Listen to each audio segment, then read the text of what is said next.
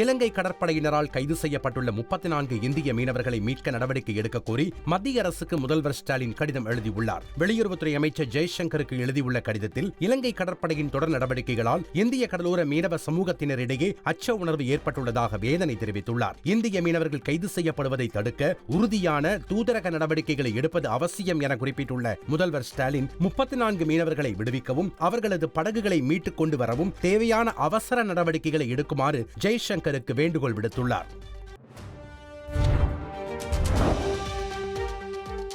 எல்லை தாண்டி மீன்பிடித்ததாக கடந்த 2 வாரங்களில் 51 தமிழக மீனவர்களை இலங்கை கடற்படை கைது செய்துள்ளது. சனி மற்றும் ஞாயிற்றுக்கிழமைகளில் மன்னாருக்கு வடக்கே உள்ள கடற்பரப்பில் கடற்படை மற்றும் கடலோர காவல் படையினர் தொடர் சோதனையில் ஈடுபட்டு 34 இந்திய மீனவர்களை கைது செய்துள்ளனர். மேலும் அவர்கள் பயன்படுத்திய 3 படகுகளையும் கைப்பற்றினர். 34 இந்திய மீனவர்களையும் இன்று கிளிநொச்சி நீதிமன்றத்தில் ஆஜர்படுத்தி சிறையில் அடைக்க நடவடிக்கை எடுத்து வருகின்றனர்.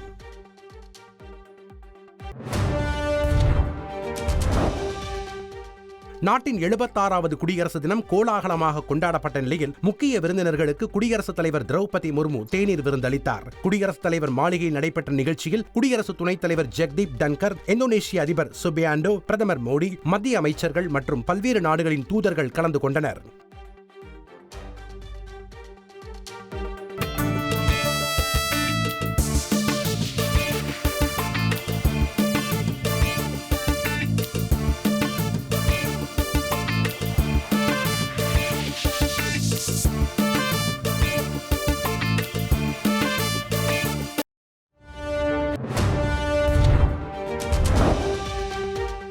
குடியரசு தின விழாவை ஒட்டி சென்னை கிண்டியில் உள்ள ராஜ்பவனில் நடைபெற்ற தேநீர் விருந்து நிகழ்ச்சியை திமுக மற்றும் அதன் கூட்டணி கட்சிகள் புறக்கணித்த நிலையில் அதிமுக மற்றும் பாஜக தலைவர்கள் பங்கேற்றனர். தேநீர் விருந்து நிகழ்ச்சியை நாம் தமிழர் கட்சி மற்றும் தமிழக வெற்றிக் கழகம் ஆகிய இரு கட்சிகளும் புறக்கணித்துள்ளன.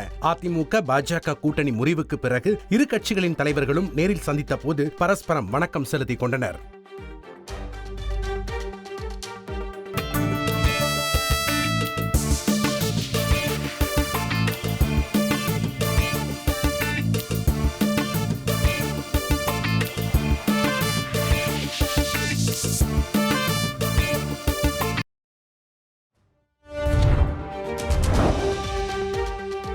தமக்கு பதவி பற்றி கவலை இல்லை, மக்களுடைய பிரச்சனைகள் தான் கவலை என்பதை சட்டமன்ற உறுப்பினர்களிடம் கூறியதாக முதலமைச்சர் ஸ்டாலின் தெரிவித்துள்ளார். மதுரை மாவட்டம் வல்லாளப்பட்டியில் டங்ஸ்டன் சுரங்க ஏலம் ரத்து தொடர்பாக நடைபெற்ற பாராட்டு விழாவில் முதலமைச்சர் ஸ்டாலின் உரையாற்றினார். அப்போது பேசிய அவர், தமிழக அரசு அனுமதி தந்தால் தான் டங்ஸ்டன் சுரங்கத்தை கொண்டுவர முடியும் என்றும், மீறி வந்தால் முதலமைச்சராக இருக்க மாட்டேன் என சட்டமன்றத்தில் உறுதியளித்ததாகவும் தெரிவித்தார்.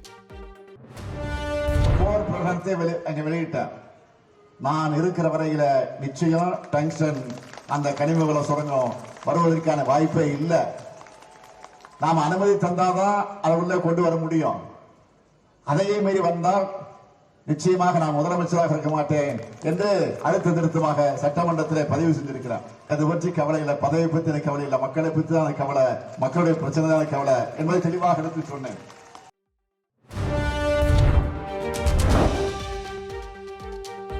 தமிழ்நாடு முற்போக்கு வழக்கறிஞர்கள் பேரவை சார்பில் இந்திய குடியரசும் அம்பேத்கரும் என்ற கருத்தரங்கு சென்னை தியாகராய நகரில் நடைபெற்றது. விடுதலை சிறுத்தைகள் கட்சியின் தலைவர் திருமாவளவன், சமூக செயற்பாட்டாளர் ஆனந்த் டெல்டூம்டே உள்ளிட்டோர் கலந்து கொண்டனர். நிகழ்ச்சியில் பேசிய திருமாவளவன், அரசியலமைப்பு சட்டத்திற்கு எதிரான சனாதன சக்திகள் ஆட்சி பீடத்தில் இருப்பதாகவும் அவர்கள் பெரியாரை கொச்சைப்படுத்தி தமிழ்நாட்டில் வேரூன்ற பார்ப்பதாகவும் தெரிவித்தார். விஜய் வெளியிட்டுள்ள அறிக்கையில், ஒரு விசாரணையின் முடிவுகள் கேள்விக்கு உள்ளாக்கப்பட்டால் அவற்றை மறு விசாரணைக்கு உட்படுத்துவதில் எந்தவித தவறும் இல்லை என்று கூறியுள்ளார். மத்திய அரசின் கட்டுப்பாட்டில் இருக்கும் சிபிசிஐடி ஏற்கனவே விசாரணை நடத்தி காலதாமதமாக விசாரணை அறிக்கையை தாக்கல் செய்துள்ள நிலையில், மத்திய அரசின் சிபிஐ விசாரணைக்கு உத்தரவிடப்பட்டால் அது மேலும் காலதாமதத்தையே ஏற்படுத்தும் என்றும், இது வேங்கை வயல் மக்களுக்கு விரைவாக நீதியை பெற்று தராது என்றும் அவர் கூறியுள்ளார். கடும் கண்டனத்திற்கு உரிய மனித தன்மையற்ற வேங்கை வயல் சம்பவத்தில் உயர்நீதிமன்றத்தின் நேரடி கண்காணிப்பில் சிறப்பு புலனாய்வு குழு நியமித்து விசாரணை நடத்தி உண்மையான குற்றவாளிகளுக்கு தண்டனை வழங்க வேண்டும் என்றும் அவர் கோரிக்கை விடுத்துள்ளார். தாவேக தலைவர் விஜய் தேர்தல் அறிக்கை வெளியிட்ட பின் அவருக்கு ஆதரவளிப்பது குறித்த நிலைப்பாட்டை கூறுவதாக நடிகர் விஷால் தெரிவித்துள்ளார். செய்தியாளர்களிடம் பேசிய அவர் 2026ஆம் ஆண்டு தமிழக சட்டப்பேரவை தேர்தல் தனி திரையரங்கு போல் இல்லாமல் மல்டிபிளெக்ஸ் போன்று பல முனையாக இருக்கும் என தெரிவித்தார். தொடர்ந்து பேசிய அவர் விஜயின் அரசியல் வருகையை வரவேற்பதாகவும் அவரது தேர்தல் அறிக்கை வெளியான பின் ஆதரவு குறித்து தெரிவிப்பதாகவும் கூறினார்.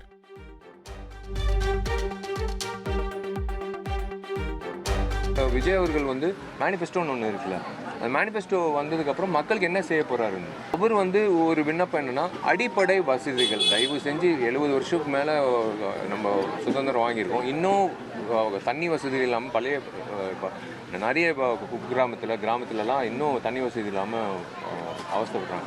ஸோ நிறைய விஷயங்கள் இருக்குது. அந்த மேனிஃபெஸ்டோ பார்த்துட்டு நான் சொல்கிறேன்.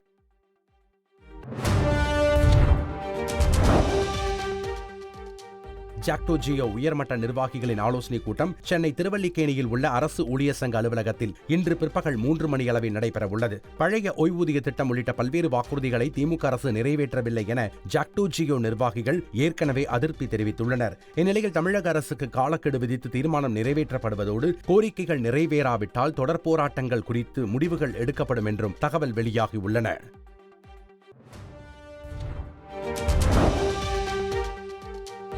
உத்தரகண்ட் மாநிலத்தில் பொது சிவில் சட்டம் இன்று அமலுக்கு வருகிறது. உத்தரகாண்டில் கடந்த 2022ஆம் ஆண்டு சட்டமன்ற தேர்தலின் போது பொது சிவில் சட்டம் நிறைவேற்றப்படும் என பாஜக வாக்குறுதி அளித்தது. தேர்தலில் பாஜக வெற்றி பெற்ற நிலையில் பொது சிவில் சட்டம் அமல்படுத்தப்பட உள்ளது. இதுகுறித்து டேராடூனில் செய்தியாளர்களிடம் பேசிய உத்தரகண்ட் முதல்வர் புஷ்கர் சிங் தாமி பொது சிவில் சட்டத்தை அமல்படுத்துவதற்கான நடைமுறைகள் தயார் நிலையில் இருப்பதாகவும் பாலினம், சாதி, மதம் ஆகியவற்றின் அடிப்படையில் எந்த பாகுபாடும் இருக்காது என்றும் தெரிவித்தார்.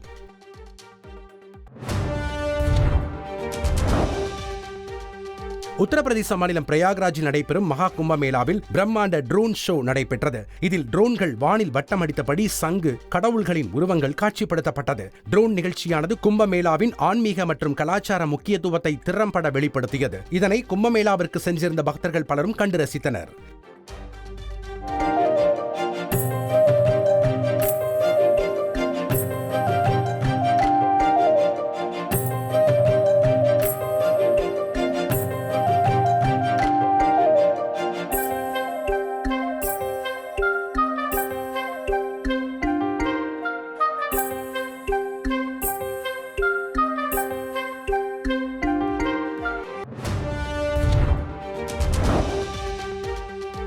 தெலங்கானா மாநிலம் ஹைதராபாத்தில் பாரத மாதா மகா ஆர்த்தி நிகழ்ச்சியில் ஏற்பட்ட தீ விபத்தில் 4 பேர் காயமடைந்தனர். குடியரசு தினத்தையொட்டி பாரத மாதா பவுண்டேஷன் அமைப்பு சார்பில் உசேன் சாகர் ஏரியில் இந்நிகழ்ச்சி நடைபெற்றது. ஆளுநர் ஜிஷ்ணுதேவ் வர்மா, மத்திய அமைச்சர் கிஷன் ரெட்டி உள்ளிட்டோர் கலந்து கொண்டனர். நிகழ்ச்சியின் ஒரு பகுதியாக ஏரியின் நடுவே நிறுத்தப்பட்டிருந்த 2 படகுகளிலிருந்து வான வேடிக்கை நிகழ்த்தப்பட்டது. விதமாக பட்டாசுகள் ஒரே நேரத்தில் வெடித்து 2 படகுகள் தீப்பற்றி எரிந்தன. படகில் இருந்தவர்கள் ஏரியில் குதித்து நீந்தி கரை சேர்ந்தனர். காயமடைந்த 4 பேர் மருத்துவமனைகளில் அனுமதிக்கப்பட்டுள்ளனர்.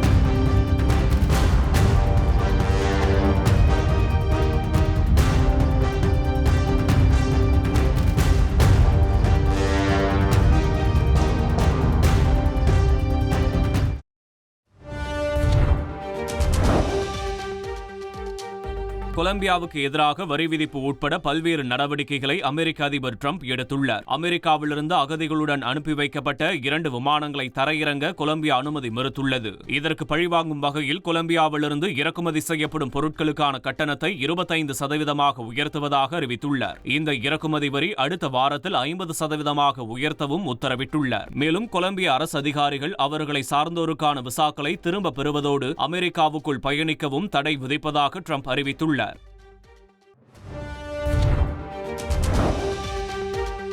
அமெரிக்க அதிபர் டிரம்பின் வரி விதிப்பு உத்தரவை தொடர்ந்து அகதிகளை திரும்ப பெறுவதாக கொலம்பியா அறிவித்துள்ளது. இது தொடர்பாக கொலம்பியாவின் அதிபர் கஸ்டோவா பெட்ரோ வெளியிட்டுள்ள அறிவிப்பில் அகதிகளை கண்ணியமான முறையில் பெறும் வகையில் அதிபரின் விமானத்தையே அனுப்புவதாக கூறியுள்ளார். இதற்கான ஏற்பாடுகளை சிறப்பு குழு செய்யும் என்றும் தெரிவித்துள்ளார்.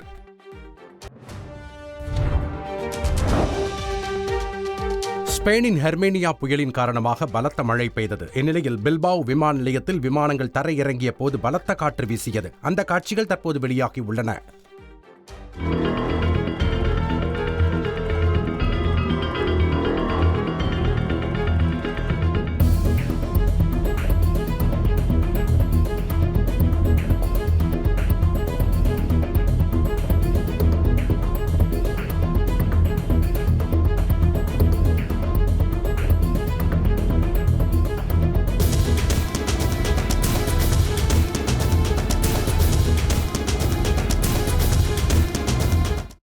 புதுக்கோட்டை மாவட்டம் திருமயம் ஜகபர் அலி கொலை வழக்கில் கனிம வள கொள்ளைக்கு எதிராக ஆதாரங்களுடன் புகார் அளித்தும் மெத்தனமாக செயல்பட்டதாக திருமயம் காவல் ஆய்வாளர் குணசேகரனை தற்காலிகமாக பணியிடை நீக்கம் செய்து திருச்சி சரக டிஐஜி வருண்குமார் உத்தரவிட்டுள்ளார்.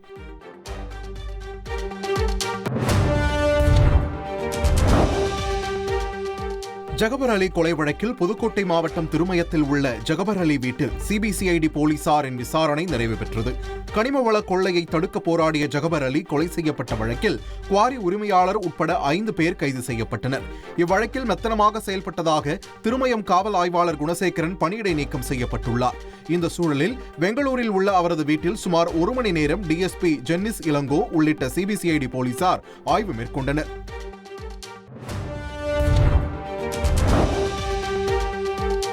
சமூக ஆர்வலர் ஜகபர் அலி கொலை வழக்கில் காவல்துறை ஆய்வாளர் பணியிடை நீக்கம் செய்யப்பட்டது ஏமாற்று வேலை என நாம் தமிழர் கட்சி ஒருங்கிணைப்பாளர் சீமான் விமர்சித்துள்ளார். திருமயம் அருகே உள்ள ஜகபர் அலியின் இல்லத்திற்கு நேரில் சென்று அவரது குடும்பத்தினருக்கு சீமான் ஆறுதல் தெரிவித்தார். பின்னர் பேசிய அவர் அதிகாரிகளை பணியிட மாற்றம் மற்றும் பணியிடை நீக்கம் செய்வதை தவிர வேறு என்ன நடவடிக்கை எடுக்கப்பட்டுள்ளது என கேள்வி எழுப்பினார். மேலும் போலீசார் மற்றும் சிபிசிஐடி இரண்டுமே முதலமைச்சரிடம் உள்ள நிலையில் எப்படி நேர்மையான விசாரணை நடைபெறும் என கேள்வி எழுப்பினார். அதெல்லாம் ஒரு ஏமாற்று. நீங்க கள்ளச்சாரம் எங்காச்சும் மாவட்ட ஆட்சியர் அங்க உயர் காவல்துறை அதிகாரி மாற்றி போட்டு விட்டுருவீங்க. பணியிட நீக்கம், பணியிட மாற்றம் வேற ஏதாவது நடந்திருக்கா? இப்போ அந்த காவல் ஆய்வாளரை தவிர வேற யாரும் தொடர்பு இல்லை. அப்படிங்கும்போது நாங்கள் நடவடிக்கை எடுத்துட்டோம்னு சொல்கிறது. ஒரே ஆளுகிட்ட தான் சிபிசிஐடி இருக்குது, போலீஸ் இருக்குது. போலீஸ் சரியில்லை சிபிசிஐடின்னா இந்த போலீஸ் சரியில்லை சிபிசிஐடிக்கு மாத்திரம்னா ஏன் மாற்றுறாங்கன்னு அர்த்தம். மாற்றுறாங்கன்னா ஏன் மாற்றுறாங்கன்னு அர்த்தம். இதை விட்டுட்டு சிபிஐனா மொத்தமாக தூக்கி தூர போடுறாங்கன்னு அர்த்தம்.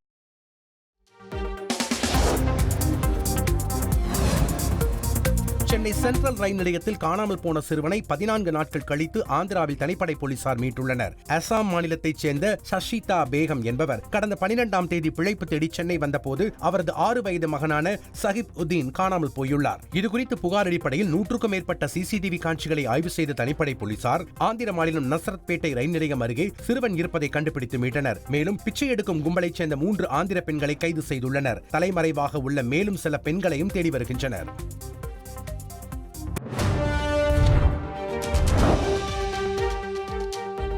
இந்தியாவின் முதல் இதய மாற்று அறுவை சிகிச்சை செய்த மருத்துவர் பத்மஸ்ரீ கே செரியன் உடல்நலக்குறைவு காரணமாக பெங்களூருவில் காலமானார். அவரது இறுதிச் சடங்கு வரும் 30ஆம் தேதி நடைபெறும் என செரியனின் மகள் சந்தியா செரியன் தெரிவித்துள்ளார். மேலும் அவரது மகன் வெளிநாட்டில் இருப்பதால் வருவதற்கு தாமதமாகும் என கூறப்படுகிறது. இந்நிலையில் பெங்களூருவில் இருந்து சென்னை முகப்பேரில் உள்ள மருத்துவமனைக்கு செரியனின் உடல் எடுத்து வரப்பட்டது. தொடர்ந்து அவரது உடல் வரும் 30ஆம் தேதி பொதுமக்களின் அஞ்சலிக்காக வைக்கப்படும் என தெரிவிக்கப்பட்டுள்ளது.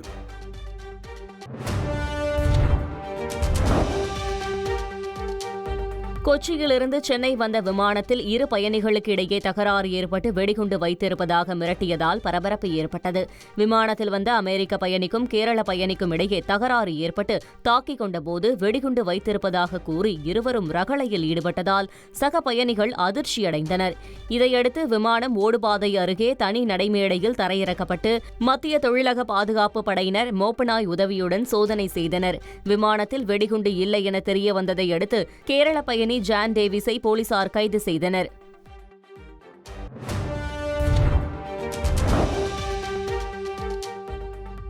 ராமநாதபுரம் மாவட்டம் பேந்தோனி கிராமத்தில் நம்மவர் படிப்பகம் திறக்கப்பட்டது தொடர்பாக நடிகர் கமல்ஹாசன் அமெரிக்காவில் இருந்து வீடியோ வெளியிட்டுள்ளார். அதில் இளைஞர்கள் வேலைக்கு செல்லும் போது பட்டம் இருந்தாலும் வேலைக்கு தகுதியான பட்டம் இல்லை என்று சொல்லிவிடுகிறார்கள் என்று தெரிவித்துள்ளார். மேலும் சொல்லிக் கொடுக்கும் கல்வி மட்டுமல்லாது திறன் மேம்பாட்டையும் இளைஞர்கள் வளர்த்துக் கொள்ள வேண்டும் என்றும் கமல்ஹாசன் அறிவுறுத்தியுள்ளார்.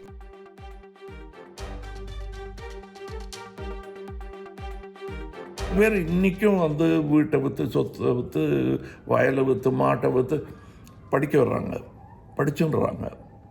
ஆனால் வேலைக்கு போகும்போது படிப்பு டிகிரிலாம் இருக்குது தம்பி, ஆனால் நீங்கள் இந்த வேலைக்கு தகுதி இல்லை அப்படிங்கிறாங்க. அதுக்கு காரணம் என்னங்கிறது பார்க்குறோம். வெறும் கல்விங்கிறது வந்து இவங்க சொல்லிக் கொடுக்குற கல்வி மட்டுமே போதாது. உங்கள் மனமும் திறந்திருக்க வேண்டும். ஒரு திறன் மேம்பாடு நீங்கள் செய்ய வேண்டும். திறன் மேம்பாடு யார் கைவிட்டாலும், பணம் கைவிட்டாலும், பந்தம் கைவிட்டாலும் கைவிடாத ஒன்று உங்கள் திறன், நீங்கள் வளர்த்து கொண்ட திறன்.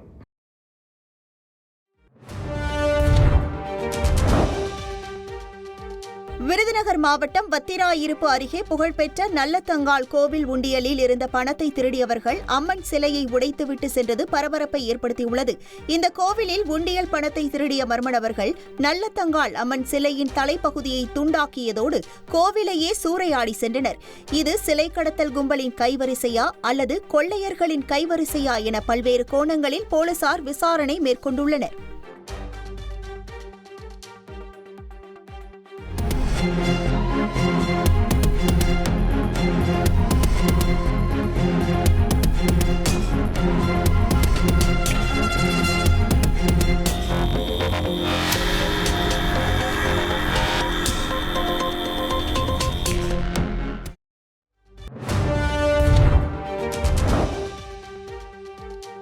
திருவள்ளூர் அருகே புள்ளரம்பாக்கத்தில் கோயில் சிலைகள் அகற்ற எதிர்ப்பு தெரிவித்து அதிகாரிகளுடன் பொதுமக்கள் கடும் வாக்குவாதத்தில் ஈடுபட்டதால் பரபரப்பு ஏற்பட்டது. போக்குவரத்துக்கு இடையூறாக இருப்பதாக கூறி நீதிமன்ற உத்தரவுப்படி கிருஷ்ணர் கோயிலை அகற்ற வருவாய்த்துறையினர் நடவடிக்கை எடுத்து வருகின்றனர். இதற்காக கோயிலில் உள்ள சிலைகளை அகற்றச் சென்ற போது பொதுமக்கள் எதிர்ப்பு தெரிவித்து கடும் வாக்குவாதத்தில் ஈடுபட்டனர். இதையடுத்து பலத்த போலீஸ் பாதுகாப்பு போடப்பட்டு கிருஷ்ணர், ராதா, ருக்மணி மற்றும் விநாயகர் ஆகிய சிலைகளை அகற்றி கோட்டாட்சியர் அலுவலகத்திற்கு கொண்டு சென்றனர். அப்போது பெண்கள் கதறி அழுதனர்.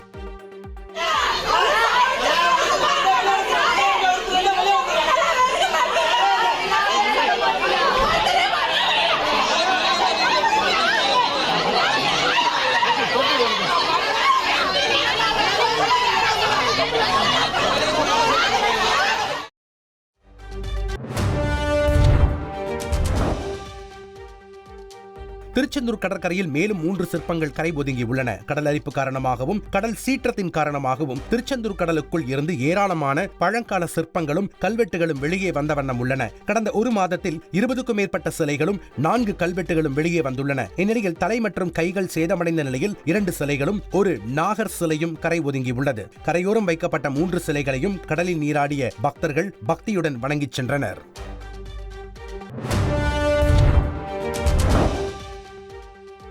இஸ்ரேல் ஹமாஸ் போர் நிறுத்தப்பட்டிருக்கும் நிலையில் புலம்பெயர்ந்த பாலஸ்தீனியர்கள் காசா பகுதிக்கு திரும்ப அனுமதிக்கப்படுவதற்காக காத்திருக்கின்றனர். 6.5 லட்சம் மக்கள் வடக்கு காசா பகுதிக்கு திரும்புவதற்கு காத்திருப்பதாக பாலஸ்தீனிய அதிகாரிகள் தெரிவித்துள்ளனர். இந்நிலையில் கடலோர சாலையில் மக்கள் காத்திருக்கும் ட்ரோன் காட்சிகள் வெளியாகியுள்ளன.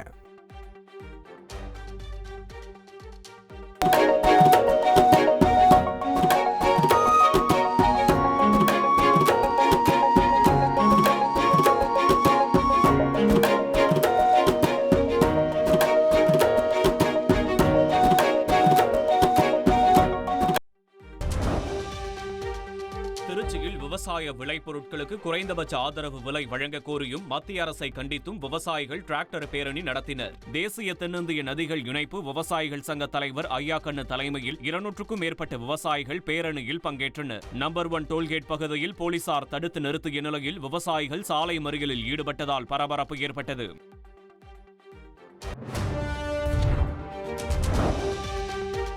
மயிலாடுதுறை மாவட்டம் சீர்காழி அடுத்த ஆச்சாள்புரத்தில் குறைந்தபட்ச ஆதார விலை நிர்ணய சட்டம், மின்சார ஒழுங்குமுறை சட்டத்தை திரும்ப பெற வேண்டும் என்பன உள்ளிட்ட பல்வேறு கோரிக்கைகளை வலியுறுத்தி 20 டிராக்டர்களில் விவசாயிகள் பேரணி சென்றனர். குறிப்பாக பஞ்சாப் கனோரி பார்டரில் சாகும் வரை உண்ணாவிரதம் மேற்கொண்டு வரும் சம்யுக்தா கிசான் மோர்ச்சா தலைவர் ஜக்ஜித் சிங் டல்லேவால் வைத்திருக்கும் கோரிக்கையை மத்திய அரசு உடனடியாக நிறைவேற்ற வேண்டும் என அவர்கள் வலியுறுத்தினர்.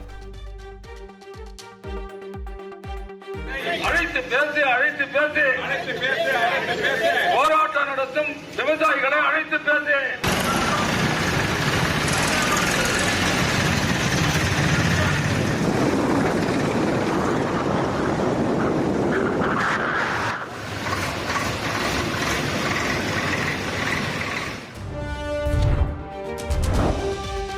சென்னை புழலில் குடியரசு தினத்தை முன்னிட்டு 300க்கும் மேற்பட்ட மாணவர்கள் தேச தலைவர் படங்களை வரைந்து யுனிகோ உலக சாதனை படைத்துள்ளனர். 2025 சதுர அடி பரப்பளவில் இந்தியா வரைபடத்தை உருவாக்கி அதில் அக்ரிலிக் கண்ணாடியில் தேச தலைவர்களின் ஓவியத்தை வரைந்து அசத்தி உள்ளனர். மாணவர்களின் இந்த சாதனையை யுனிகோ உலக சாதனை நிறுவனம் அங்கீகரித்து சான்றிதழ் வழங்கியுள்ளது. 4 ஆண்டுகளுக்கு முன்பு தவறான சிகிச்சையால் 12 வயது சிறுமிக்கு இடது கால் அகற்றப்பட்ட நிலையில் அவருடைய தந்தை கோதண்டபாணி சென்னை புரசைவாக்கத்தில் உள்ள தமிழ்நாடு மருத்துவ கவுன்சில் முன்பு போராட்டத்தில் ஈடுபட்டார். தமிழக காவல்துறையில் பணிபுரியும் அவர் தேசிய கொடியுடன் ஜெய் பீம் என்ற வாசகம் பொருந்திய டி-ஷர்ட் அணிந்து போராட்டத்தில் ஈடுபட்டார். சம்பந்தப்பட்ட மருத்துவர்கள் மீது நடவடிக்கை எடுக்க கோரி புகார் மனு அளித்தும் இதுவரை நடவடிக்கையும் எடுக்கப்படாததால் நடவடிக்கை எடுக்கப்படும் வரை போராடுவோம் என்று அவர் கூறினார்.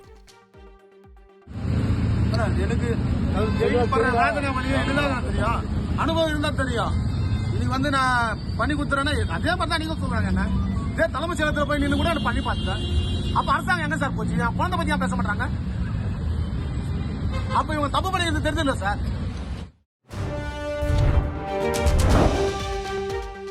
பாட்டில் ராதா ட்ரெய்லர் வெளியீட்டு விழாவில் சர்ச்சைக்குரிய வகையில் பேசியது தொடர்பாக இயக்குனர் மிஷ்கின் பகிரங்கமாக மன்னிப்பு கேட்டார். சென்னையில் நடைபெற்ற பேட் கேர்ள் படத்தின் டீசர் விழாவில் பேசிய மிஷ்கின் வெற்றி மிதப்பிலோ தனிப்பட்ட ரீதியாக யாரையும் புண்படுத்தும் நோக்கிலோ தான் அப்படி பேசவில்லை என்று கூறினார். தான் பேசிய இடம் கூத்து கலைஞனின் மேடை என்றும் அவர் விளக்கமளித்தார். பகிரங்க மன்னிப்பு கேட்கணும்னு வந்திருக்கேன்னா, நண்பர்கள் தானே தாமரையை விமர்சித்து பேசியிருந்தாங்க. அதில் ஒரு வார்த்தை சொல்லியிருந்தாங்க. அவங்கள்ட்ட முதல்ல நான் மன்னிப்பு கேட்குறேன். என் மரணத்தை பற்றி தியானித்து கொண்டே இருக்கிறேன். வெற்றி என் தலைமையில் இருந்தால் இந்நேரம் நான் பெரிய பெரிய ஆளுக்கெல்லாம் படம் பண்ணியிருக்கணும். அதனால் மன்னிப்பு கேட்டுக்கிறேன். ஒரு மேடையில் பேசுறதுக்கு நாகரிகம் வேணும்னு சொன்னாங்க. நண்பர்களே,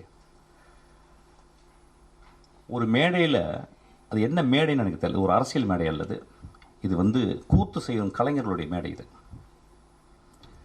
அந்த கூத்து கலைஞர்கள் கிராமங்களில் போனீங்கன்னா வள்ளி திருமணம் நிறைய நாடகங்களில் பார்த்தீங்கன்னா அந்த நாடகத்தில் ஒரு 12 மணிக்கு ஒரு பப்பனும் ஒரு டான்ஸ்காரியும் பேசுவாங்க. அது தமிழகம் முழுதும் தெரியும். அது ரொம்ப நாக்கூசுற வார்த்தைகள் பேசுவாங்க. அது ஏன்னா அது ஒரு மக்களுக்கு அது ஒரு விதமான ஒரு வெளிப்பாடு, அது ஒரு விதமான நகைச்சுவை. அந்த நகைச்சுவையின் அடிப்படையில் தான் அன்றைக்கி நான் பேசினேன். ஆக்சுவலாக யாரையும் புண்படுத்தணும் பேசவே இல்லை. இசையமைப்பாளர் இளையராஜாவை ஒருமையில் பேச யாருக்கும் அதிகாரம் இல்லை என கூறிய நடிகர் விஷால் இயக்குனர் மிஷ்கினுக்கு கண்டனம் தெரிவித்துள்ளார். சென்னை கொளத்தூரில் உள்ள ஆதரவற்றோர் இல்லத்தில் உள்ள குழந்தைகளை சந்தித்த விஷால் அவர்களுடன் உணவருந்தினார். புதுச்சேரியில் கடலில் குளித்தபோது ராட்சத அலையில் சிக்கி உயிருக்கு போராடிய சென்னை மாணவரை பாதுகாப்பு குழுவினர் பத்திரமாக மீட்ட காட்சி இணையத்தில் வைரலாகி வருகிறது. புதுச்சேரிக்கு நண்பர்களுடன் சுற்றுலா சென்ற கல்லூரி மாணவர் அபி பாண்டி மெரினா கடற்கரையில் குளித்து உள்ளார். அப்போது கடல் சீற்றத்தால் ராட்சத அலையில் சிக்கி கடலுக்குள் இழுத்து செல்லப்பட்டார். இதனை கண்ட பாதுகாப்பு குழுவினர் மாணவரை பத்திரமாக மீட்டு கரைக்கு அழைத்து வந்தனர்.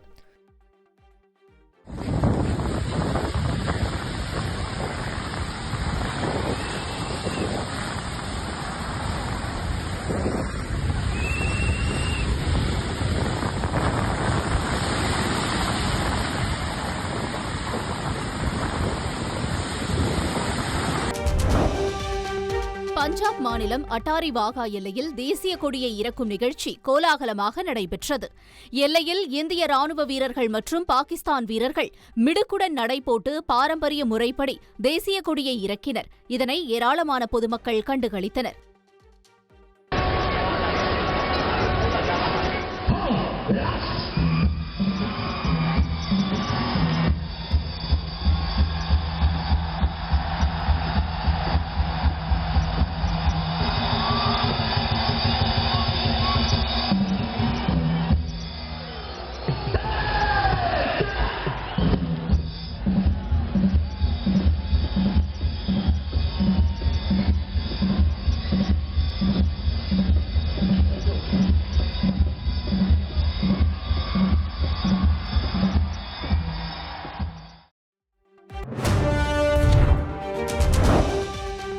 டெல்லி முன்னாள் முதலமைச்சர் அரவிந்த் கெஜ்ரிவால் மிக பிரம்மாண்டமான சொகுசு வீடு கட்டியுள்ளதாக பாஜக வீடியோ வெளியிட்டுள்ளது. டெல்லி முழுவதும் குப்பை கூளங்களால் தத்தளிக்கும் போது முன்னாள் முதலமைச்சர் அரவிந்த் கெஜ்ரிவால் சொகுசு வாழ்க்கை வாழ்வதாக பாஜக குற்றம் சாட்டியுள்ளது. ஷீஸ் மஹால் என்ற பெயரில் மிக பிரம்மாண்டமாக காட்சியளிக்கும் பங்களாவில் ஒவ்வொரு அறையும் பனிங்கால் அமைக்கப்பட்டு சொகுசு பர்னிச்சர்களுடன் கண்களை கவரும் வகையில் உள்ளது.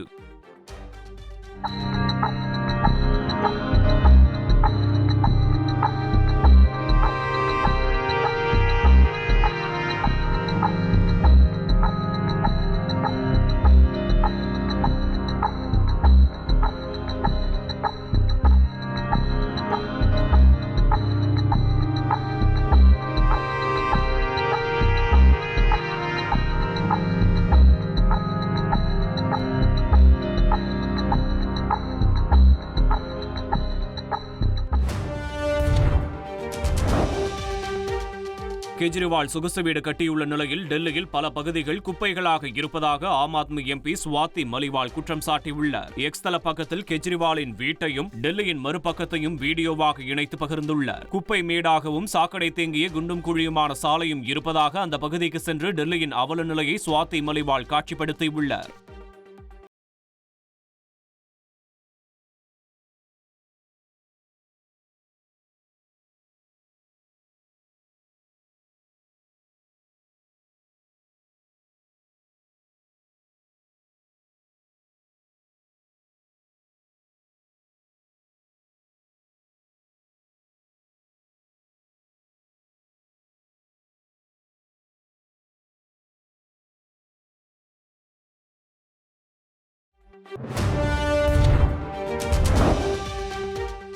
சென்னை யானை கவுனியில் செல்போன் உடைந்ததால் ஏற்பட்ட தகராறில் வடமாநில தொழிலாளி கொலை செய்யப்பட்டது அதிர்ச்சியை ஏற்படுத்தியுள்ளது. சவுகார்பேட்டை யானை கவுனியில் செயல்படும் ஸ்டீல் பாலிஸ் கம்பெனியில் உத்தரப்பிரதேசத்தைச் சேர்ந்த இளைஞர்கள் வேலை பார்த்து வந்துள்ளனர். அங்கு பணிபுரிந்து வந்த சதாப் அலி என்பவர் தலையில் கல்லை போட்டு கொலை செய்யப்பட்டு கிடந்தார். உடலை கைப்பற்றி போலீசார் விசாரித்த போது செல்போனை உடைத்ததால் ஏற்பட்ட தகராறில் சக வடமாநில தொழிலாளியான சலீம் கொலை செய்துவிட்டு தப்பியோடியது தெரியவந்தது. இதையடுத்து அவரை போலீசார் தேடி வருகின்றனர்.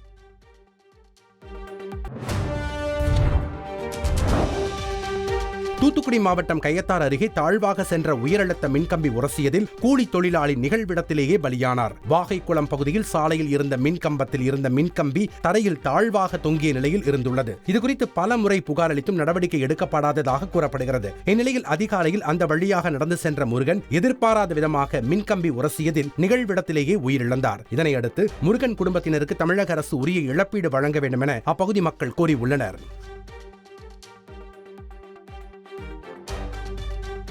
அது ஏற்கனவே அந்த 2 பக்கமும் மின்கம் பழுதே இருந்திருக்கு. அது இந்த நேரத்தில் அது எப்படியோ நைட்டு இறங்கியிருக்கு. அதிகாலையில் கவனிக்காமல் போகிற மாதிரி கழுத்தில் கரெக்டாக போட்டு அடிபட்டு வந்துட்டாப்புல. இதே மாதிரி நிறைய இடத்துல எங்கள் ஊரில் பல இடங்களில் இந்த மாதிரி பழுதடைஞ்சு மின்கம்பம் நிறைய இடத்துல இருக்குது. மோசமாக இருக்குது சார், எல்லாம் மாற்றிடுங்க எங்கள் பஞ்சாயத்தில் அப்படின்னு சொல்லி கொடுத்தேன். இது வரைக்கும் இந்த 6 மாதம் இருக்க கொடுத்து இது வரைக்கும் நடவடிக்கை. இதுக்கு இன்னைக்கு உயிரிழந்த இந்த முறைகளுக்கு ஜெய தான் பொறுப்பாங்க. ஏயோவின் புயலானது இங்கிலாந்து மற்றும் அயர்லாந்தை தாக்கியுள்ளது. இந்நிலையில் இங்கிலாந்தில் உள்ள கிரேட்டர் மான்செஸ்டரின் ஹெல் கிராமத்தில் ஏயோவின் புயல் தாக்கி ஒரு கட்டிடம் இடிந்து விழுந்தது. பாதியளவு இடிந்த கட்டிடத்தில் கட்டுமான தொழிலாளர்கள் பணி செய்யும் காட்சிகளானது தற்போது வெளியாகியுள்ளது.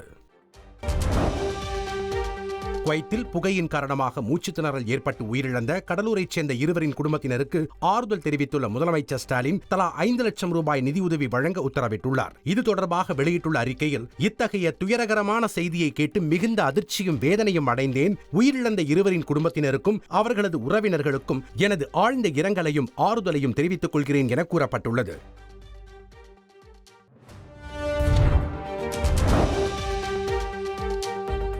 கோவில்பட்டியில் இறைச்சி கடை உரிமையாளர் வீட்டில் 50 சவரன் நகை மற்றும் 26 லட்சம் ரூபாய் பணம் கொள்ளையடிக்கப்பட்ட வழக்கில் துப்பாக்கி முனையில் கொள்ளையர்களை தனிப்படை போலீசார் கைது செய்தனர். கடந்த 8ஆம் தேதி நடந்த கொலை தொடர்பாக விசாரணை நடத்தி வந்த தனிப்படை போலீசார் தகவலின் பேரில் கொடை ரோடு சுங்கசாவடியில் காத்திருந்தனர். அப்போது மதுரை நோக்கி சென்ற 2 கார்களை மடக்கி பிடிக்க முயன்ற நிலையில் ஒரு காரில் வந்தவர்கள் தப்ப முயன்று விபத்தில் சிக்கினர். தொடர்ந்து துப்பாக்கி முனையில் 10க்கும் மேற்பட்டவர்களை பிடித்த போலீசார் அவர்களிடம் விசாரணை மேற்கொண்டுள்ளனர். சென்னை கோடம்பாக்கம் ட்ரஸ்ட்புரத்தில் தனியாக சென்ற பெண்ணிடம் 3 பவுண்ட் சங்கிலியை பறித்து சென்ற இளைஞரை பொதுமக்கள் விரட்டி பிடித்தனர். தாஸ்புரத்தை சேர்ந்த அன்புக்கணி என்பவர் வேலை முடிந்து இரவு 8:30 மணியளவில் மீனாட்சி கல்லூரி அருகில் உள்ள ஆரோக்கியசாமி திருவழியாக நடந்து சென்றபோது பின்னால் வந்த இளைஞர் அன்புக்கணி அணிந்திருந்த சங்கிலியை பறித்து கொண்டு தப்பி சென்றார். உடனடியாக அன்புக்கணி கூச்சலிட்டதும் அருகில் இருந்த பொதுமக்கள் அந்த இளைஞரை விரட்டி பிடித்து போலீசிடம் ஒப்படைத்தனர். தெலங்கானா மாநிலத்தில் லாரியில் இருந்த இரும்பு தூண்கள் ஆட்டோ மீது விழுந்ததில் அதில் பயணித்த 7 பேர் உடல் நசுங்கி பரிதாபமாக உயிரிழந்தனர். வாரங்கல் கம்பம் தேசிய நெடுஞ்சாலையில் மது போதையில் ஓட்டுநர் லாரியை ஓட்டி சென்றபோது திடீரென்று அந்த லாரி சாலையில் கவிழ்ந்து விபத்துக்குள்ளானது. அந்த சமயம் லாரி அருகே சென்ற ஆட்டோ மீது லாரியில் இருந்த இரும்பு தூண்கள் சரிந்து விழுந்து ஆட்டோ நசுங்கியதில் அதில் வந்த 7 பேர் பரிதாபமாக உயிரிழந்தனர். இந்த சம்பவம் தொடர்பாக லாரி ஓட்டுநரை போலீசார் விசாரணைக்கு அழைத்து சென்றனர்.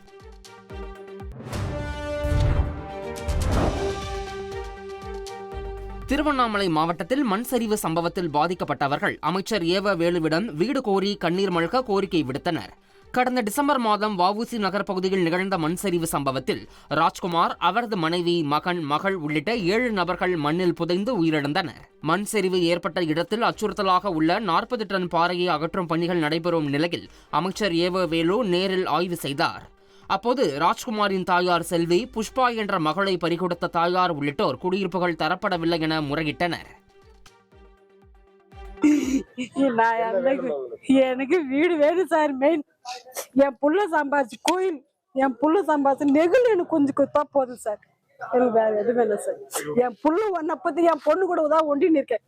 பொண்ணு வீட்டுல தம்பி வீட்டுல தான் ஒண்டின்னு இருக்கேன் நான். என் பொண்ணுக்கு மாப்பிள்ளை கிடையாது. அவரு இறந்து 3 வருஷம் ஆயிடுச்சு. என் பொண்ணு வீட்டுக்கு, என் புள்ள வீட்டுக்கு, என் பொண்ணு வீட்டுக்கு தான் நான் இருப்பேன். கண்டிப்பா வீடு தரேன்னு சொன்னாங்க சார்.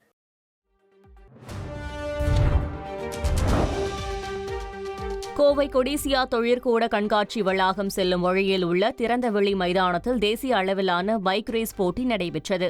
இதில் தமிழ்நாடு, கேரளா, கர்நாடகா, ஆந்திரா மற்றும் வட இந்தியாவைச் சேர்ந்த 100க்கும் மேற்பட்ட வீரர்கள் ஆர்வத்தோடு கலந்து கொண்டு தங்களது திறமையை வெளிப்படுத்தினர்.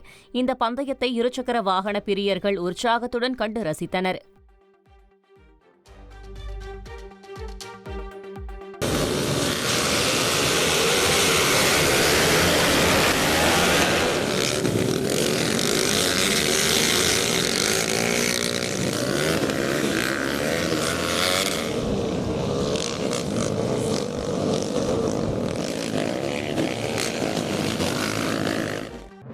ஆடுகளை காரில் திருடிச் சென்ற கும்பலைச் சேர்ந்த 2 பேரை பொதுமக்கள் மடக்கி பிடித்தனர். சாமியார்பேட்டை கடற்கரையில் குளித்துவிட்டு காரில் திரும்பிய 6 பேர் அங்கு மேய்ந்து கொண்டிருந்த ஆடுகளை காரில் ஏற்றி திருட முயன்றனர். இதை பார்த்த அப்பகுதி மக்கள் அவர்களை துரத்திச் சென்று 2 பேரை பிடித்தனர். 4 பேர் தப்பி ஓடினர். பிடிப்பட்ட 2 பேரையும் போலீசாரிடம் ஒப்படைத்த பொதுமக்கள் தொடர்ச்சியாக ஆடுகள் திருடு போவதாகவும் குற்றம் சாட்டினர். இதையடுத்து 2 பேரையும் கைது செய்த போலீசார் தப்பியோடிய 4 பேரையும் தேடி வருகின்றனர்.